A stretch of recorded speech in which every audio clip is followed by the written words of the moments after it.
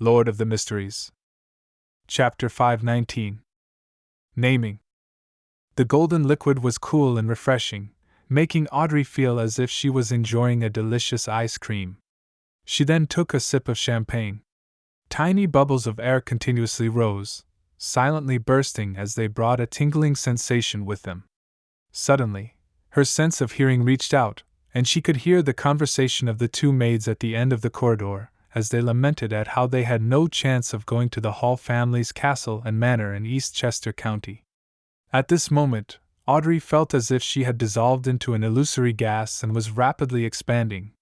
It filled the entire room, overlapping with the sea formed from everyone's sea of consciousness.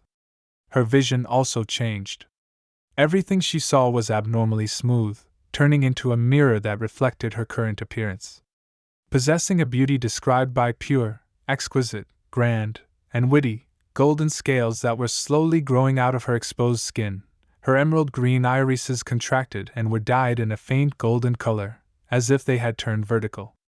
Audrey suddenly felt fear from the bottom of her heart when she saw herself like this. She didn't want or wish to become an inhuman monster. With a hum, her mind began to turn into a blur, as if something was slowly and painfully drilling out from the surface of her body. Just then, she heard the gentle voice of her huge golden retriever, Susie. "Don't be afraid, calm down. Don't be afraid, calm down." Audrey recovered her thoughts and tried to get herself into a spectator state.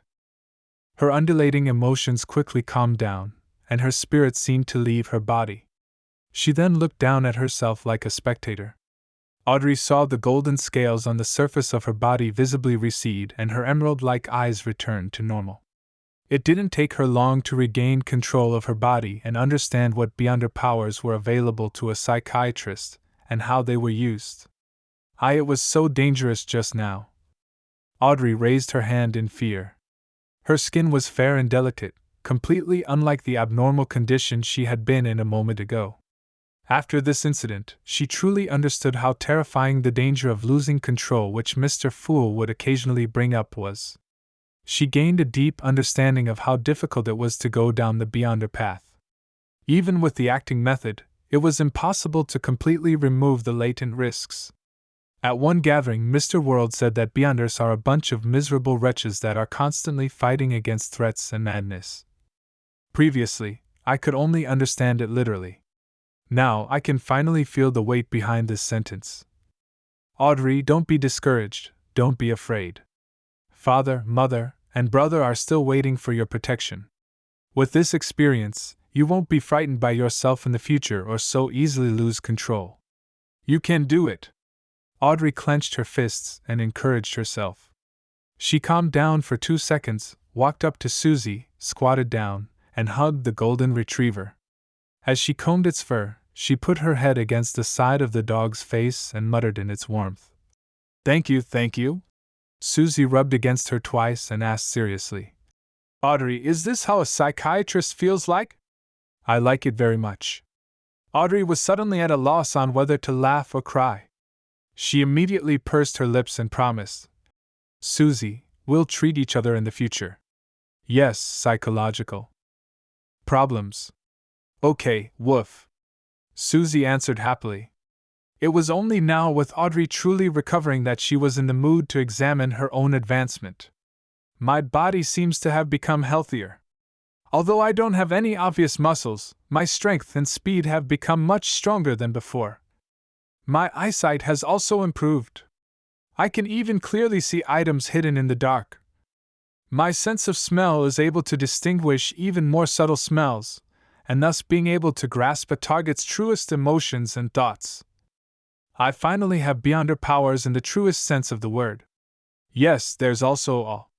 I can target a single person or apply it to a group of people within a certain range. They'll instantly panic and turn chaotic as though they're facing a dragon. Another is frenzy. It will trigger the emotions and mental state of a target, throwing the target into a frenzy. They'll suffer intense psychological damage and might even cause direct loss of control at times. Another is psychological cue. Through specific methods, words, and a medium, I can cue a target, letting them abide by my arrangements without them realizing it. Or they might strongly abide by a particular promise from the bottom of their hearts. Another is placate, also known as psychoanalysis. I can help beyonders on the brink of losing control to regain their reason and escape danger. There's a certain chance of failure. The higher my sequence, the more easily it will succeed. It can calm down various psychological instabilities and allow for communication. Another is telepathy. Through mediums like candlelight and extracts, it will put the target in a partially hypnotic state. I'll then be able to directly communicate with their body of heart and mind, just like what Hilbert Alucard did to me. If not for the protection provided by Mr. Fool's angel, then I wouldn't have the means to lie under such situations. Yes, I have to be on guard against such techniques. I can't be fooled by a target, and there should be quite a number of means to achieve this effect. With placate and telepathy, together with certain psychology knowledge, I'll be able to act as a true psychiatrist, the kind that can open a clinic. Audrey's mood rapidly improved. She finally had the feeling that she had matured and become a qualified beyonder. I'm a mid-sequence beyonder. There really is a qualitative change. She stood up, lifted her skirt, and walked briskly around in a circle. She quickly discovered that she was still lacking in direct offensive abilities as a psychiatrist. Fortunately, I have this. Audrey stopped in front of the experiment table and opened a plain brown box. Inside the box was a silver mask that could only cover half a face. It was the mystical item that the hanged man had sold her. Audrey picked it up, placed it in her palm, and observed it for a few seconds.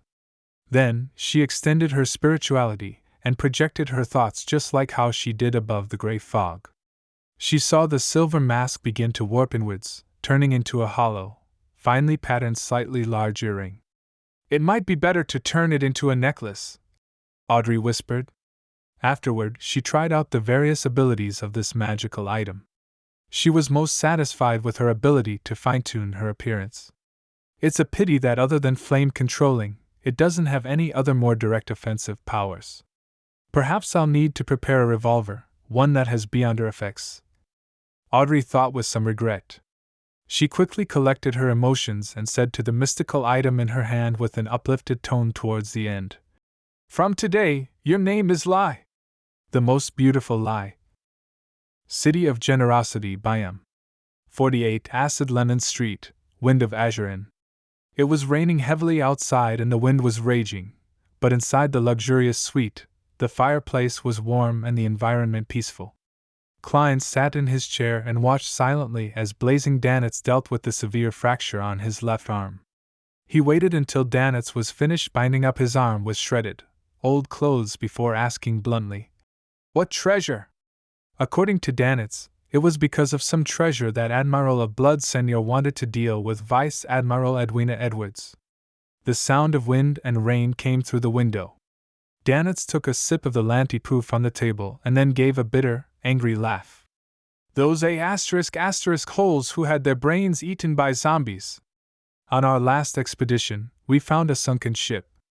Although we didn't find anything of great value, we discovered a gigantic black iron key that doesn't look like the kind used by humans. Can you imagine? After being submerged under the sea for so many years, it hasn't rusted at all. Yes, Klein replied in a concise manner. In a world where extraordinariness and mystery intertwined, what wasn't possible? There were people who could be resurrected from the dead, not to mention others. Danitz choked and paused for 7 or 8 seconds before he knew what to say next. Perhaps there's a traitor among us, and the news has spread. Countless pirates believe that this is Death's key, a key that can open the treasure trove Death left behind. I thought that this problem would be cleared up very quickly and happily applied for a vacation. In the end, the matter became more complicated. Even Admiral of Blood has joined the ranks of these mad pirates. I'm even beginning to suspect that it's Death's key, a key that can turn one into a true god. Foolish. Klein calmly gave his evaluation. Whether it was in the divination domain or dealing with deities, he could be considered experienced.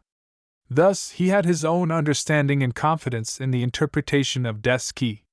He believed that the key was a form of revelation, a symbol. The thing that opened Death's treasure trove was probably not in the shape of a key, but some kind of characteristic, bloodline, or even certain, specified people and their descendants.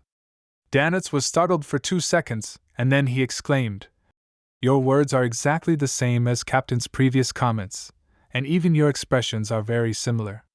She suspects that the key belongs to an older era, an era not of humans. Before the cataclysm, this world was still full of giants, dragons, elves, and demonic wolves. The shape of the key indirectly points to one of them. Demonic wolves." Klein suddenly recalled the ravings he often heard during his past advancements. In it, the Phlegria he heard referred to the ancient god, Annihilation demonic wolf. A treasure that involves the second epic? He held back his curiosity and switched to calmly saying, "Write down everything that Admiral of Blood has done, including Steel Mavedi and his men."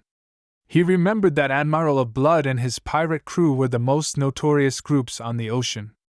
Their hands were stained with blood as they committed heinous sins. How can I remember? They aren't beauties like Captain. Danitz threw up his hands. I can only list the most important things and some of the details that have left an impression on me. Wait, what do you want to do? Bit by bit, Klein revealed a smile, one that gave Danitz a fright.